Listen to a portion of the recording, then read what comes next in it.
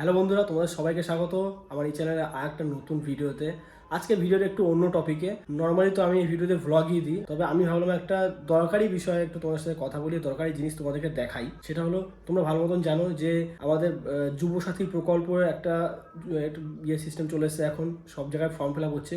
তো আজকে যুবসাথী প্রকল্পের বিষয়ে কিছু কথা বলবো, আর কিভাবে প্রসেসটা করবে, ওই স্টার্ট করবে, কিভাবে অ্যাপ্লাই করবে, সমস্ত জিনিসটা আজকে তোমাদের সাথে এই ভিডিওতে শেয়ার করবো। তো অবশ্যই তোমরা চ্যানেলে যারা নতুন আছো অবশ্যই চ্যানেলটাকে সাবস্ক্রাইব করে নেবে, আর ভিডিওটা নতুন যারা দেখছো অবশ্যই ভিডিওটাকে লাইক করবে। ঠিক আছে, তো চলো ভিডিওটা এখন শুরু করি। আর কি প্রসেস আছে, কি লাগবে, সমস্ত জিনিসটা আমি শুরু থেকে শেষ পর্যন্ত ভালো মতন করে তোমাদেরকে বলবো। তাই তোমরা ভিডিওটা স্কিপ করবে না, স্কিপ করলে অনেক জিনিস তোমরা মিস করে যাবে, আর যেটার ফলে তোমাদের কিন্তু যুবসাথী প্রকল্পটা ক্যান্সেল হয়ে যেতে পারে। তো আমি চাইছি যেন কারো ক্যান্সেল না হয়, সবারই হোক। ওই জন্য আমি কিছু জিনিস বলে দেবো, সেভাবে তোমরা অ্যাপ্লাই করবে। তো চলো আমি তোমাদের দেখাচ্ছি কি জিনিস লাগবে। এগুলো আমি দেখো এখানে লিখে রেখেছি। দেখো, প্রথমে লাগবে কি আমাদের আধার কার্ড, তারপরে লাগবে ভোটার কার্ড, মাধ্যমিকের অ্যাডমিট, মাধ্যমিক সার্টিফিকেট, ব্যাংক অ্যাকাউন্টে তোমাদের জেরক্স, যে কোনো একটা ব্যাংকের অ্যাকাউন্টে জেরক্স হলেই হবে, কাস্ট সার্টিফিকেট, তবে সেটা অপশনাল। তোমাদের যদি যে কোনো কাস্ট, তোমার যদি এসসি হও, এসটি হও, ওবিসি বা যাদের নেই জেনারেল কাস্ট, ওই জন্য অপশনাল। ঠিক আছে। আর মোবাইল নাম্বার তোমাদের যে কোনো একটা অল্টারনেটিভ যেটা দিতে পারো, ঘরে একটা মোবাইল নাম্বার দিতে পারো, বিশেষ করে তোমাদের নাম্বারটা দিলে বেশি ভালো হয়, তাই তোমাদের নাম্বারটা দেবে।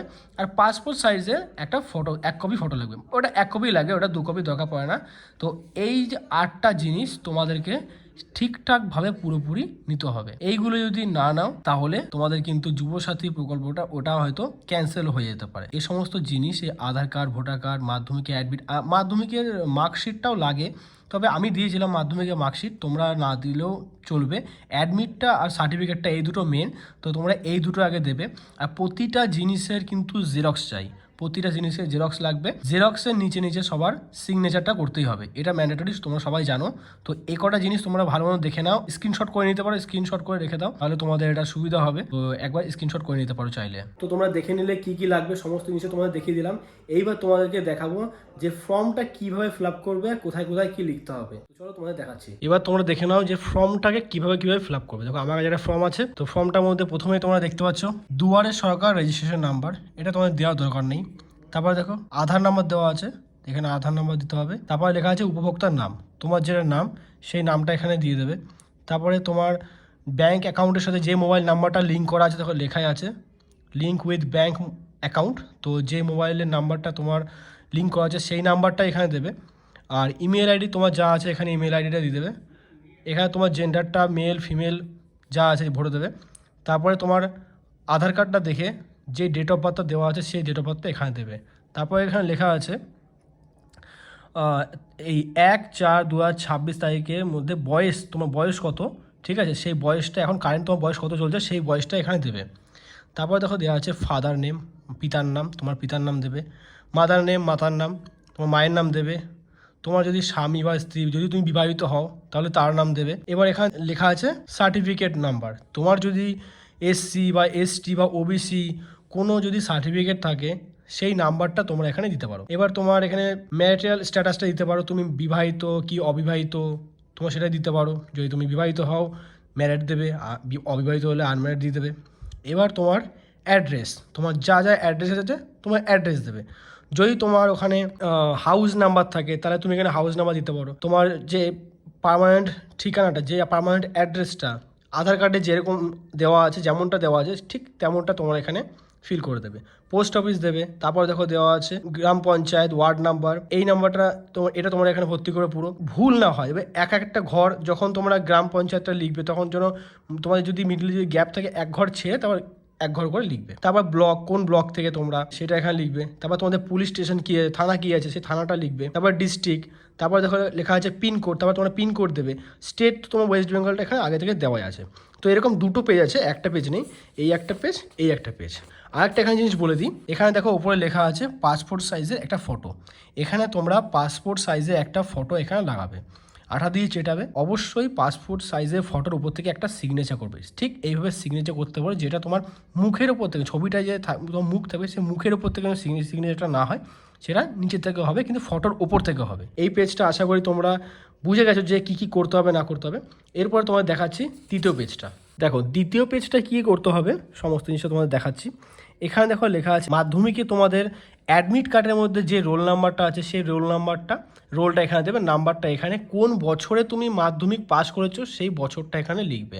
তুমি WBBSC, CBSE নাকি ICSC বোর্ড থেকে তুমি পাস করেছো সেই বোর্ডের হলে তার মাথায় টিক দিয়ে সেটা তুমি এখানে লিখে দেবে। এরপরে তুমি কতদূর পর্যন্ত হাইয়েস্ট কোয়ালিফিকেশন কি সেই হাইয়েস্ট কোয়ালিফিকেশনটা এখানে তুমি লিখবে। তোমার যদি উচ্চ মাধ্যমিক হয় তুমি উচ্চ মাধ্যমিক, গ্র্যাজুয়েশন হলে গ্র্যাজুয়েশন, মাধ্যমিক হলে মাধ্যমিক। তোমার বর্তমান পেশা কি জানো, বর্তমান পেশা এখানে দেওয়ার কোনো প্রয়োজন নেই, যেহেতু এটা বেকার ভাতা বা যুবসাথী প্রকল্প, ওই জন্য এখানে তুমি লিখবে আনএমপ্লয় লিখে দেবে। এখানে সমস্ত জিনিস না তোমরা ক্যাপিটালে লেখার চেষ্টা করবে, কোনোটাই কিন্তু ক্যাপিটাল স্মল করে লিখবে না। এরপরে চলে এলাম ব্যাঙ্ক অ্যাকাউন্ট ডিটেলস। এটা কিন্তু একটা ভাইটাল জিনিস, তোমরা কিন্তু এই ব্যাঙ্ক অ্যাকাউন্ট ডিটেলসটা একটু ভালো মতন করে লিখবে, কারণ এখানে অ্যাকাউন্ট নাম্বার থাকবে, তারপর ব্যাঙ্কের IFSC কোড থাকবে, দেখো ব্রাঞ্চ নেম, অ্যাকাউন্ট নাম্বার, তোমার নাম, তারপর এখানে IFSC কোড, এই সমস্ত জিনিসটা তোমরা ভালো করে ফিল করবে, কারণ এটাই হচ্ছে মেন।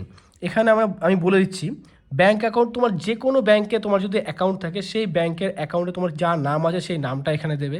তোমার এটা তোমার ব্যাঙ্কের নাম, কিন্তু নিজের নাম নয়, তোমার ব্যাঙ্কের নামটা দেবে। ব্যাঙ্কটা কোন ব্রাঞ্চের, মানে কোন ব্রাঞ্চ, কোথাকার ব্রাঞ্চ, সেই ব্রাঞ্চটা এখানে লিখবে। ব্যাঙ্ক অ্যাকাউন্ট নাম্বারটা এখানে লিখে দেবে। তারপরে তোমার ব্যাঙ্কের IFSC কোড আছে, IFSC কোডটা এখানে লিখে দেবে। সমস্ত জিনিসটা কিন্তু তোমরা ভালো মতন দেখে শুনে লিখবে, কোনো ভুল যেন না হয়। বেশি কাটাকুটি করলে তোমাদের এই ফর্মটা ক্যান্সেলও হয়ে যেতে পারে আর দেখতেও খারাপ লাগে। তারপরে অন্য কোনো সরকারি সাহায্য পান কি না সেই জিনিসটা এখানে তুমি লিখে দিতে পারো, হ্যাঁতে হলে হ্যাঁ লিখবে, নাতে হলে না লিখবে, যাদের নেই তারা এখানে না লিখবে। এরপরে চলে আসলাম, এখানে দেখো লেখা আছে, ছোটো ছোটো করে লেখা আছে যে তোমার মাধ্যমিক এর অ্যাডমিট কার্ডটা যেগুলো আর কি তুমি দিয়েছো সমস্ত জিনিসগুলো তুমি টিক করবে। তুমি যেগুলো থাকবে না সেগুলো তো টিক করবে না। দেখো সমস্ত জিনিসটা দেওয়া আছে, মাধ্যমিকের এখানে টিক করে দেবে, তারপরে তোমার মার্কশিট টিক করে দেবে, আধার কার্ড টিক করে দেবে, ভোটার কার্ড টিক করে দেবে, ফার্স্ট পেজ পাসবুক ব্যাংকের টিক করে দেবে। তোমার যদি SC সার্টিফিকেট থাকে বা না থাকে, যদি থাকে তো টিক করবে, না থাকলে টিক করবে না। এবার নিচের দিকে একটু যদি চলে আসি আমরা, দেখো নিচের দিকে অনেকেই কিন্তু এই জিনিসটা লিখছে না। আমি যখন ফর্মটা ফিল আপ করে জমা করতে গেছিলাম তখন কিন্তু অনেকেই এইটুকু জায়গা লিখছে না, ভুলে যাচ্ছে লিখতে। তো আমি বলবো অবশ্যই তোমরা এই জায়গাটা লিখবে। এই জায়গাটায় কী লিখবে দেখো, এখানে লেখা আছে I-son/daughter/wife of have submitted বাংলার ইউবা সাথী। এটা তুমি লিখবে কি তোমার নিজের নাম, যদি তোমার বাবা হয় ঠিক আছে তাহলে তুমি এই বাবার নাম দিলে এখানে ডটার ওয়াইফটা কেটে তো এখানে তোমার বাবার নাম লিখবে। দেখো এখানে অ্যাপ্লিকেশন নাম্বার আছে, এটা দেওয়ার দরকার নেই। এখানে তোমার যে মোবাইল নাম্বারটা দিয়েছিলে সেই মোবাইল নাম্বারটা এখানে দেবে, তারপর এখানে তোমার আধার নাম্বারটা দিয়ে দেবে। ভালো করে মোবাইল নাম্বার, আধার নাম্বার এগুলো একটু ভালো করে লিখবে, দেখে শুনে লিখবে। তারপর এইটা ওরাই করে দেবে। আর বাকি এখানে যেটা দেখতে পাচ্ছ আবেদনকারী স্বাক্ষর, এখানে সুন্দর করে নিজের সিগনেচারটা করে দেবে। তারিখটা দিয়ে দিতে পারো, যেদিন তোমরা জমা দেবে সেদিনে তারিখটা দিয়ে দিতে পারো। তো এই হলো সমস্ত ফর্মের প্রসেসটা। এই ফর্মটা আর এই ফর্মটা, এই দুটি ফর্ম তোমরা ভালো মতন করে দেখে শুনে ফিল আপ করবে। আর এইগুলোর নিচে কিন্তু সিগনেচার করার কোনো প্রয়োজন নেই, তোমরা জেরক্সগুলোর মধ্যে সিগনেচার করবে। এই ছিল আজকের ফর্মের বিশেষ কিছু কথা। তো আশা করি তোমরা বুঝতে পেরেছো, সমস্ত জিনিসটা ক্লিয়ারভাবে বুঝতে পেরেছো। যদি বুঝতে না পারো ভিডিওটা আরও একবার দেখবে। এই ভিডিওটা কেমন লেগেছে অবশ্যই আমাকে কমেন্ট করে জানাবে। তোমরা যা বুঝতে পেরেছো, যারা ভিডিওটা দেখছো অবশ্যই বন্ধুদের মধ্যে সবার মধ্যে ভিডিওটা শেয়ার করে দেবে, তাহলে তাদেরও অনেকটা হেল্প হবে। আমি সবার হেল্পের জন্যই ভিডিওটা আমি বানিয়েছি, যদিও এই সমস্ত ভিডিও আমি কখনো চ্যানেলে দিই না, ব্লগ করি বেশিরভাগ টাইম।